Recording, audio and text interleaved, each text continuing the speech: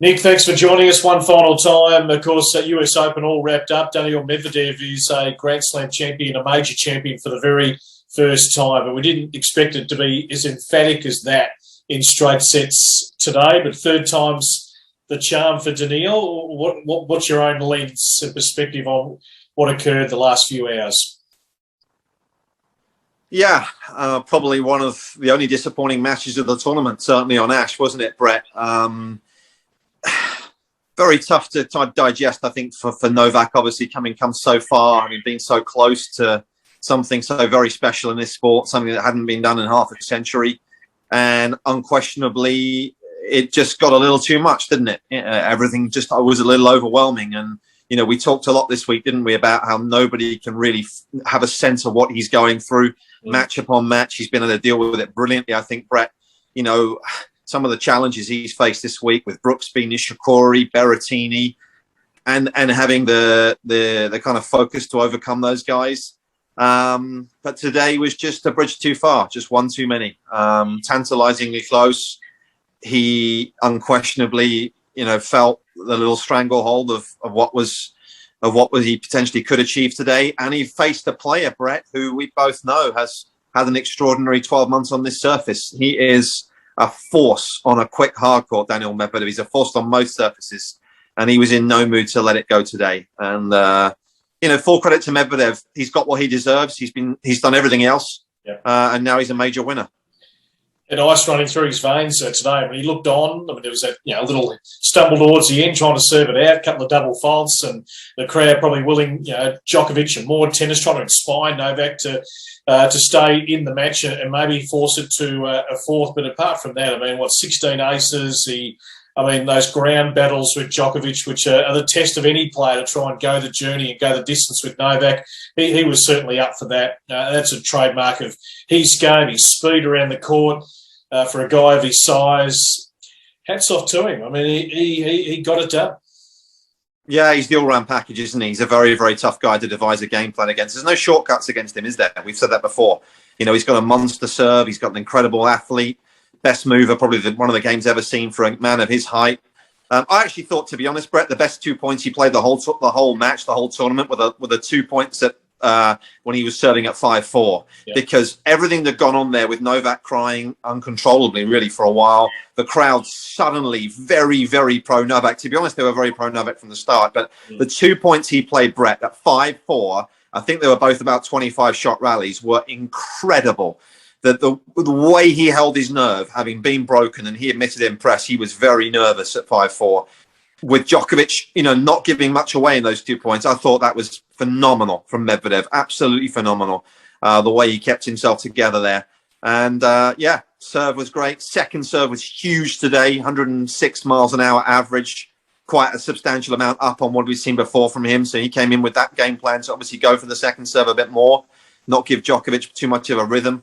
And it was worked beautifully. You know, didn't lose a single point behind his first serve in set one.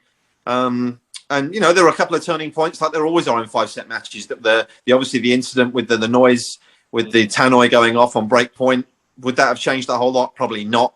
But it's certainly just a day for Daniil, and the things rolled with in his favour.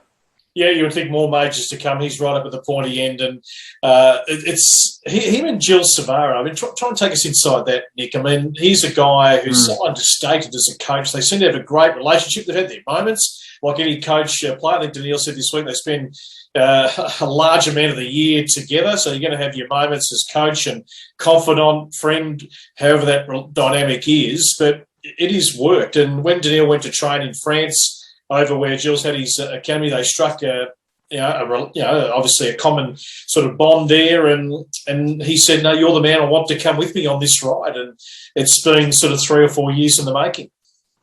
Yeah, and the ironic thing was, of course, that I believe I'm right in saying that Gilles actually was the guy that was free at the time. He was one of the coaches that was due to be with Daniil all those years ago, 4 or 5 years ago, was actually working elsewhere. So Gilles got the call. He then became Daniil's coach. They got on really well, as you say. Gilles was a fitness coach. Let's not forget that. He wasn't really a tennis coach. He was a fitness coach, Brett, as you said.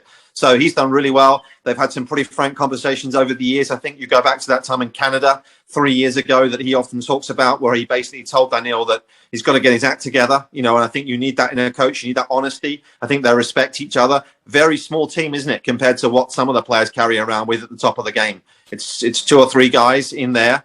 But he's a straightforward character, Daniil. What you see is generally what you get. I actually have some friends back in the south of France who have been down there, and they will tell me that, he's a great guy. He goes in with the kids at the academy. He'll speak to the kids. He'll go and have lunch with them. He'll share his stories. He's a real humble guy, Daniil. He's a man, he's a man who certainly gives back to the game. And, everything that he's worked for has come to fruition today. Yeah, one of the most compelling guys to listen to in press. I love sitting there and listening to him, just take you inside his world. He's got a real IQ and, tactically today played a terrific match and a very impressive young guy. So US Open, all said and done. Extraordinary fortnight. We've touched on Emma Raducanu and her victory, and we'll still digest that for the next week. Just for the back end of the year, so Indian Wells, fantastic to see, Nick, that it's going to be back. Very different time slot, but at the start of October, it'll have good fields, and it would have been a crying shame if they had missed out 2 years in a row. The fifth slam, if you like, in the beautiful Californian desert. So that's the next the last real big event. And then we've got the sort of tour finals later in the year. Yeah, that's right. Turin's going to be interesting. We always turn our eyes to Turin now, don't we?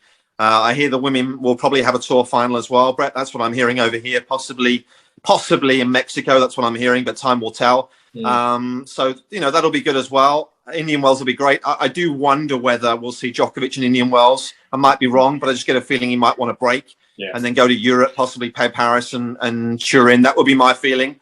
He doesn't, let's be honest, he doesn't need to win Masters 1000s anymore, does he? The priority from here on in is even more going to be focused on the majors. So, but Indian Wells will be great. As you say, I think this event has teed it up nicely. It sparked a lot of interest here in the States. Crowds were brilliant over the weekend, as you would probably expect.